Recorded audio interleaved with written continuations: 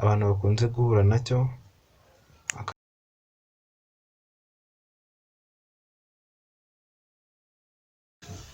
hari ikibazo abantu bakunze guhura nacyo, akaba afite amayinite muri telefone ariko yajya kohereza mesaje bikanga.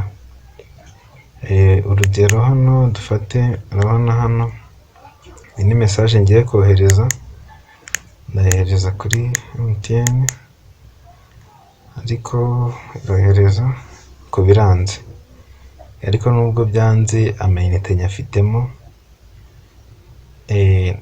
Ngiye kubereka uko iki kibazo wagikemura.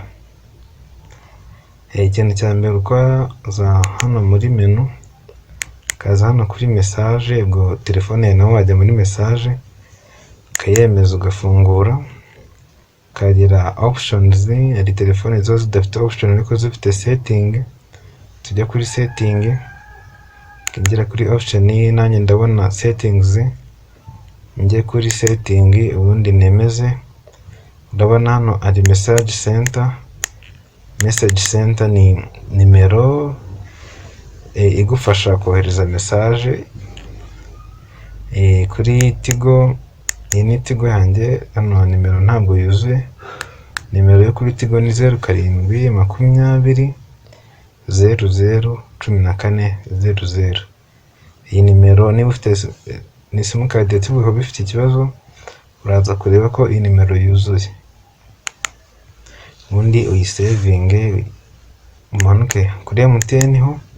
Hano haraburaho 333 ni 0782111033. urebe ko izi nimero gutya nziberetse ariko zimeze kuri telefone yawe, ubundi uzikosore zimere gutya, iki kibazo kirahita gikemuka niba nawe wari ugifite. Ni uko nguko babikemura. Gusa telefone yawe ushobora gusanga utanyura hano, uhita umanuka hano hasi hakaba hari settings, uraza kunyura aho ngaho, ariko kuri iyi yanjye ni uko babikemura. Indi telefone yose waba ufite ushobora kunyura kuri message settings, noneho ya message twashakaga kohereza tuyohereze.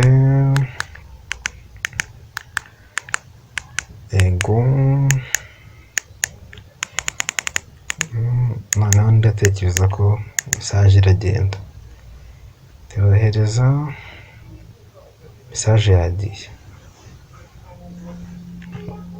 Urabona nzi batwereka ko message yagiye.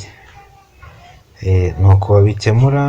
Uramutse ufite n'ikindi kibazo watwandikira muri comment tukagufasha kugikemura, cyangwa se ukatwandikira kuri email yacu ni guterwanda@gmail.com, cyangwa se kuri subscribe n'ibindi byose tuzabagezaho uzabashe kubibona. Unasharinge ku nshuti zawe kuko abantu bafite ikibazo ni benshi. Ujye no ku rubuga rwacu usome n'ibindi byinshi ukeneye kumenya. Murakoze.